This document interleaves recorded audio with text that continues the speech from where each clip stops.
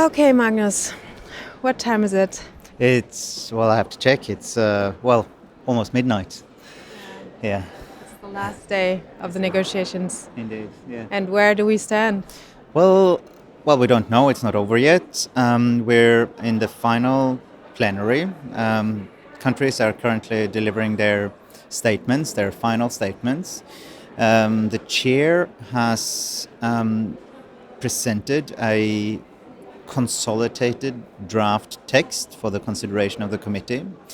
Um, he had concluded, they all came here to conclude a treaty, and we know now that they will not conclude a treaty here in Busan.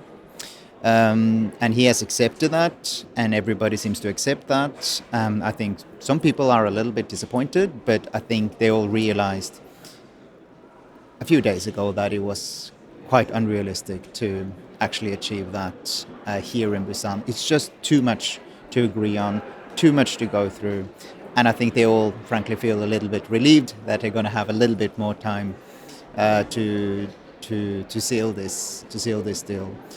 So the chair has presented a consolidated draft text and said that this is going to be the basis and the starting point for negotiation at the resumed session, which we don't know exactly when it's going to take place. He didn't say it, but I think we're hearing that maybe sometime around May next year it's going to be a resumed session. So that's what they're going to do. They have now sort of all expressed their closing statements. They're talking about their reactions to this chair's initiative. It all seems to be going quite well right now, and that the chair will be able to pull this off and give this resumed session a starting point. But there are still some statements to go. We see some countries, Russia and Saudi Arabia in particular, they are not necessarily very happy with the way that they see that this processing is going. They're expressing some concerns. So we could still see a blow up here, depending on what's gonna happen. But maybe they will also just conclude their statements, and then the chair will say, okay, the session is suspended, and then they will pack up their bags and they will meet again at one point in 2025 to then hopefully reach agreement on this treaty. How do you feel about it? Do you feel disappointed or relieved? So I think it also, for me, it was sort of became clear over the last couple of days that they wouldn't be able to get to an agreement at this point. I was wondering a little bit how contentious it will become, and the fact we don't know directly so much about what has happened over the past 72 hours because all the negotiations have been behind closed doors. So no access for media, of course, no access for observers.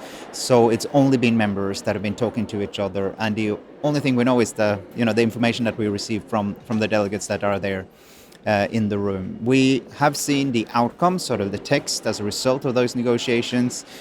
We don't see the positions of different countries reflected in those texts. We know that there's a lot still to be resolved, particularly on the upstream measures on plastic products. And supply seems to be still a very contentious issue, and on financing, a lot of unresolved issues because there's a lot of text in brackets. I think some counted it. There was some 300 brackets inserted into this text. That needs to be resolved, of course.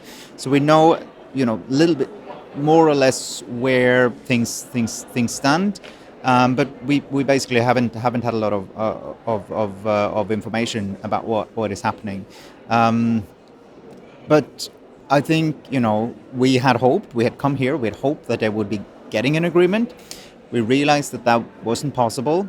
I think that makes sense because it is a complex agreement, and they have wasted a lot of time due to the spoilers that have basically all their delaying tactics have stolen a lot of time.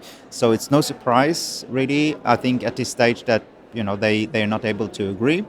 But I think that they have to work really hard from now and in the run-up to the resumed session to really work through those issues that needs to be resolved in order to come in a position where they can agree at the end of the next session. what we just heard in the plenary was that the countries that are willing to go forward with an ambitious treaty, they really made a point out of how many they are, right? So they had some pre-planned interventions that were really made to illustrate how many they are. What did we see? Yeah, indeed. I think that we saw, I think really for the, a little bit for the first time. I mean, we have had throughout this process, we've had a sort of a growing progressive majority or an ambitious majority of countries, and it's been articulated to some extent through the High Ambition Coalition, and they've been working to mobilize that. The co-chairs of that coalition, Rwanda and Norway, for since the beginning of this process. But what we saw here was really that progressive majority really making its presence felt in the room, and there were two, I mean, for me, very beautiful moments. There was a statement delivered by Rwanda on behalf of some, I believe, 85 countries, if I'm not mistaken. Or 90? I think it was 90 something. It might have been 90. But a sizable group of countries.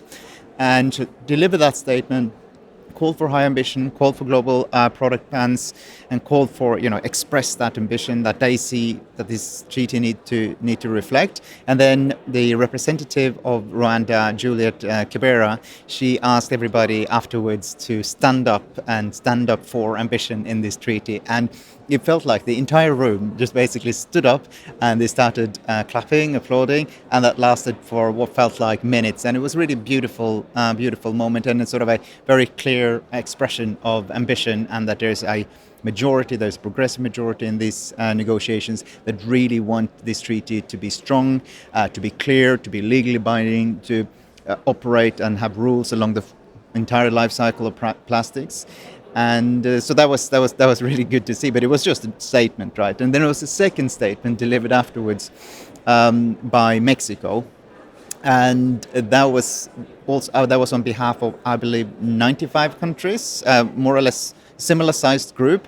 And what the representative of Mexico did was to read out the names of all the states that had signed on to this statement. So she just kept reading the names of countries, and you sort of realized when she was doing that how big this group is. Like, try to read through a list of 95 states. And it takes quite a lot of time, but you also see how big the world is and how big the group of states behind this ambition is. And this statement was specifically to call for sort of clear, legally binding rules to phase out harmful plastic products and plastic chemicals. And both these moments, I think, captured in a really nice way the fact that there is a majority here, there's an ambitious majority that are ready to move ahead, that are pretty clear on what they want this treaty to be about. And they are growing in strength, and they are becoming more assertive in this process. So that, I think, carries a real promise for the next session of these negotiations. I remember when we first talked, you came in this from previously working on nuclear weapons and other treaties, with the hope of this treaty, this process possibly becoming a new blueprint for multilateralism, showing that the international community can get together and find solutions for such a global problem like plastic pollution. What do you think now after the fifth round? No, I think it's a great. It's a great question, and it made me think of something that what we saw from Mexico and this reading up this long list of statements. It actually reminded me of something that I saw back in 2013, when this was when they were working on mobilizing support for a new treaty on the prohibition of nuclear weapons. That's sort of where I started my treaty making career, in a sense, and there was there was a mobilization for behind a joint statement on a humanitarian impact on nuclear weapons in the UN General Assembly. And it was a joint statement. I think it was 135 states that had signed on to this. And the representative of New Zealand, her name was Ambassador Del Higgy, she read out in the same way as Mexico did the names of each of the countries. And it was such a beautiful moment. So when Mexico did that here, I felt, that was a Del Higgy moment. And I had to tell my friends about that know about that moment. It was exactly the same feeling. So I think that we know the problems of this process, right? We know that there are countries involved that do not really want to get an agreement, that are negotiating in bad faith, and that are doing their best to delay and derail and distract and divide. And the only way, really, to overcome those spoiler tactics is for the progressive majority to muster sort of the confidence to move ahead without them. And that is also the spoilers' greatest fear. And I think what we're seeing here in the final session is sort of that, the beginning of that awakening, that actually we, as a progressive majority, can, if we are clear and if we stand together and if we join forces, we can actually move ahead and do that. We're not there yet. We're still within the INC. It's still sort of driven by this expectation of consensus.